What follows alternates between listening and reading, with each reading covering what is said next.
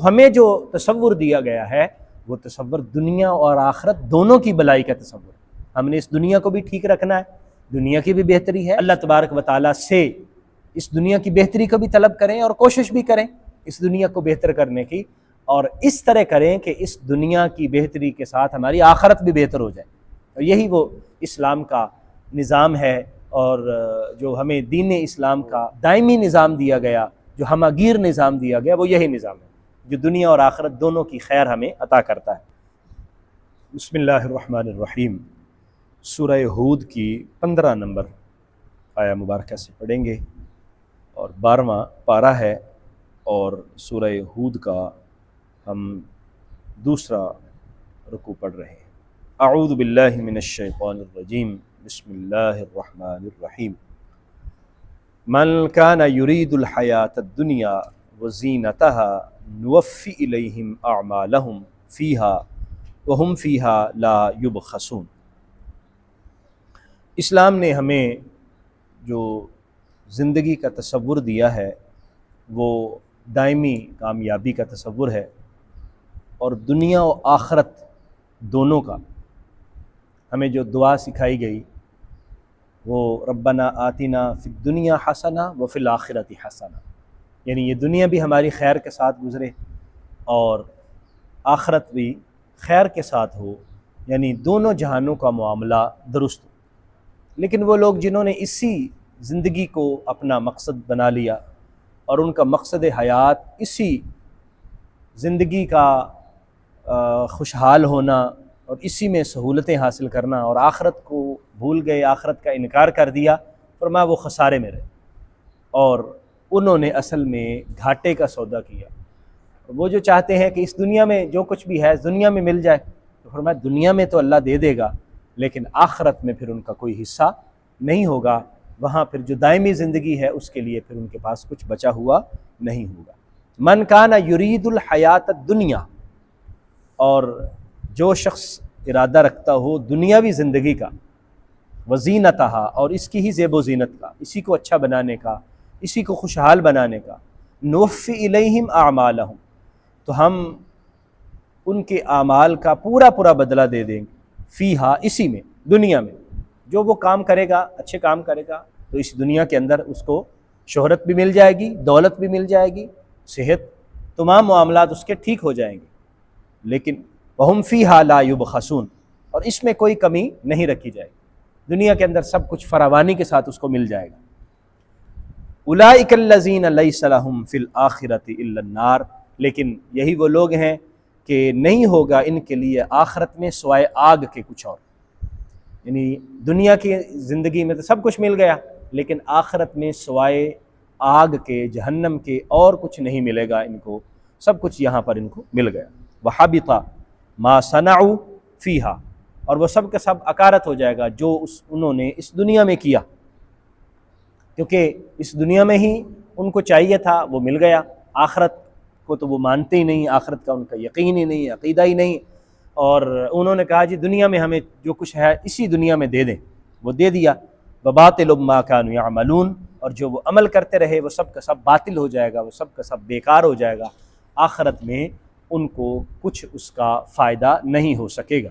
سو ہمیں جو تصور دیا گیا ہے وہ تصور دنیا اور آخرت دونوں کی بلائی کا تصور ہے۔ ہم نے اس دنیا کو بھی ٹھیک رکھنا ہے، دنیا کی بھی بہتری ہے، اللہ تبارک و تعالیٰ سے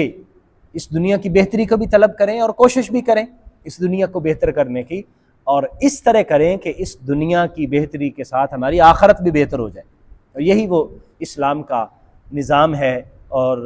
جو ہمیں دین اسلام کا دائمی نظام دیا گیا، جو ہمہ گیر نظام دیا گیا، وہ یہی نظام ہے جو دنیا اور آخرت دونوں کی خیر ہمیں عطا کرتا ہے۔ افمن کان علی بینۃ من ربی، بتاؤ ذرا کہ وہ لوگ جو اپنے رب کی طرف سے ہدایت پر ہوں، یعنی وہ شخص جو اپنے رب کی طرف سے کسی دلیل پر موجود ہیں، وَيَتْلُوهُ شَاهِدٌ مِّنْهُ، اور ایک گواہ بھی اس کے ساتھ، اس کے پیچھے موجود ہے، وَمِن قَبْلِهِ، اور اس سے پہلے کتاب موسیٰ، حضرت موسیٰ کی کتاب بھی ہے، امام و رحمہ، جو رہنمائی کرنے والی ہے، پیشوائی کرنے والی ہے اور رحمت کا باعث، وہ بھی موجود ہے۔ اولئک یؤمنون بہ، اور یہ لوگ اس پر ایمان لاتے ہیں۔ تو پھر کیا وہ ہدایت پر نہیں ہوں گے؟ ان سے مراد جو ہے وہ لوگ ہیں جو یہود کے جنہوں نے تورات کو صحیح معنوں میں قبول کر لیا، اور قرآن مجید آیا، قرآن مجید کو بھی انہوں نے مانا۔ ان کے پاس حضرت موسیٰ کی کتاب یعنی تورات موجود تھی، تورات کو انہوں نے قبول کیا، مانا، اور جب نبی کریم صلی اللہ علیہ وآلہ وسلم تشریف لائے تو ان کو بھی انہوں نے اللہ کا نبی تسلیم کیا، اور انہوں نے اس بات کو قبول کر لیا کہ تورات میں ان کی تشریف آوری کی تمام علامتیں، نشانیاں موجود ہیں اور بشارتیں موجود ہیں، جس طرح کہ حضرت عبداللہ بن سلام کے بارے میں قرآن مجید میں کئی مرتبہ ہم تشریح کرتے ہوئے اس کا ذکر کر آئے ہیں کہ وہ نبی کریم صلی اللہ علیہ وسلم کی خدمت میں حاضر ہو کر ایمان قبول کرتے ہیں اور بتاتے ہیں کہ یہودیوں کی جو اندرونی کہانی ہے، چونکہ وہ خود ایک مذہبی پیشوا تھے اہل یہود کے، اور وہ بتاتے ہیں کہ اندرونی کہانی یہ ہے کہ ہم سمجھتے ہیں، ہم جانتے ہیں کہ آپ اللہ کے نبی اور رسول ہیں، لیکن اس کے باوجود تسلیم نہیں کرتے، اور وہ یہ کہا کرتے تھے کہ ہم اپنی بیٹوں سے، اپنے بچوں سے بھی بڑھ کر آپ کو پہچانتے ہیں کہ آپ اللہ کے رسول ہیں، جتنا ہم اپنی اولاد کو پہچانتے ہیں۔ تو وہ تو ہدایت اور رہنمائی پر ہوگا۔ وَمَنْ يَكْفُرْ بِهِ مِنَ الْأَحْزَابِ، اور جس نے انکار کیا ان گروہوں میں سے، فَالنَّارُ مَوْعِدُهُ، تو آگ جو ہے وہ اس کا ٹھکانہ ہوگا، آگ اس کے وعدے کی جگہ۔ اللہ تبارک و تعالیٰ نے، انہوں نے نبی کریم صلی اللہ علیہ وسلم کا انکار کیا اور حضور کو قبول نہیں کیا اور قرآن کو اللہ کا کلام نہیں مانا، تو متبادل ان کو کیا ہے، یعنی تورات میں بھی تبدیلی کر لی انہوں نے، حضرت موسیٰ کی گویا کہ انہوں نے بات نہیں مانی، تو پھر ان کو جہنم ہی ملے گی۔ فَلَا تَكُ فِي مِرْيَةٍ مِّنْهُ، بس تم اس میں شک نہ کرو، اللہ تعالیٰ کا جو قرآن آیا ہے، اللہ کا کلام ہے، یا نبی کریم صلی اللہ علیہ وآلہ وسلم کی ذات والا صفات ہے، ان میں شک مت کریں۔ اِنَّهُ الْحَقُّ مِن رَبِّكَ، یہ تمہارے رب کی طرف سے حق ہے، وَلَكِنَّ أَكْثَرَ النَّاسِ لَا يُؤْمِنُونَ، لیکن اکثر لوگ ایمان نہیں لاتے، لوگوں کی کثرت جو ہے وہ نہیں مانتی، بلکہ اکثر لوگ تو غلط رائے پر ڈٹے ہوئے ہیں۔ اور آج بھی آپ دیکھیے کہ دنیا میں ایمان لانے والوں کی تعداد کافروں کی نسبت کم ہے، جو غیر مومن ہیں وہ زیادہ ہیں اور مومن کم ہیں۔ تو اس کا مطلب یہ ہوا کہ کثرت جو ہے وہ کسی چیز کے صحیح ہونے کی دلیل نہیں ہے، کہ اس میں یہ چیز زیادہ بندے کہہ رہے ہیں تو یہ صحیح ہے، تو اس وقت تو زیادہ بندے جو ہے وہ اسلام کو نہیں مانتے، تو اس کا مطلب ہے کہ پھر اسلام صحیح مذہب نہیں ہے، ایسا نہیں ہے، تو اکثر لوگ ایمان نہیں لے کے آئیں گے۔ وَمَنْ أَظْلَمُ مِمَّنِ افْتَرَىٰ عَلَى اللَّهِ كَذِبًا، اس شخص سے بڑھ کر ظالم کون ہے جس نے اللہ پر جھوٹ باندھا، جھوٹ کی نسبت اللہ کی طرف کر دی، اپنی طرف سے بات بنائی اور اللہ کی طرف نسبت کر دی کہ اللہ نے یہ فرمایا، جس طرح کہ تورات کے اندر انہوں نے آیت کو تبدیل کیا اور اپنی طرف سے شامل کر کے کہا یہ اللہ کا کلام ہے۔ اس سے بڑا اور بندہ ظالم کون ہوگا؟ یا اسی طرح بت پرست ہیں کہ انہوں نے بتوں کو اللہ کا شریک بنا لیا اور اللہ تبارک و تعالیٰ کے ساتھ ان کی بھی پوجا کرتے رہے، تو یہ اللہ تعالیٰ پر جھوٹ باندھا۔ اولئک یعرضون علی ربہم،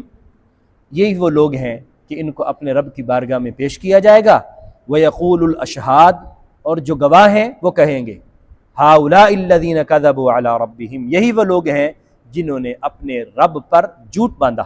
یہ آخرت کا جب تصور دیا گیا ہے تو پھر ہمیں یہ بات بھی ذہن میں رکھنی ہے کہ جب قیامت کے دن اللہ کی بارگاہ میں جائیں گے تو وہاں پر گواہ بھی موجود ہوں گے، وہاں پر ہمارے خلاف گواہی دینے والے لوگ ہوں گے، ہمارے اپنے اعضاء ہمارے خلاف گواہی دیں گے، تو وہ گواہ کیا کہیں گے؟ ہماری طرف اشارہ کر کے کہ یہ وہ لوگ ہیں جنہوں نے اللہ پر جھوٹ باندھا ہے۔ الا لعنت اللہ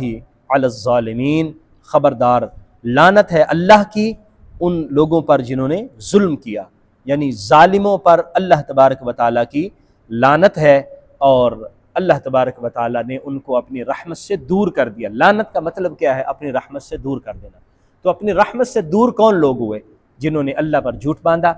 جنہوں نے اس دنیا کو ہی اپنا مطمع نظر بنا لیا، مقصد جو ہے وہ اس دنیا کی ہی بہتری بنا لی، اور آخرت کو بالکل بھول گئے اور آخرت کا انکار کر دیا، اس کو تسلیم ہی نہ کیا۔ فرمایا یہ لوگ اللہ کی رحمت سے دور ہوں گے، اور یہی وہ لوگ ہیں جن کے اعمال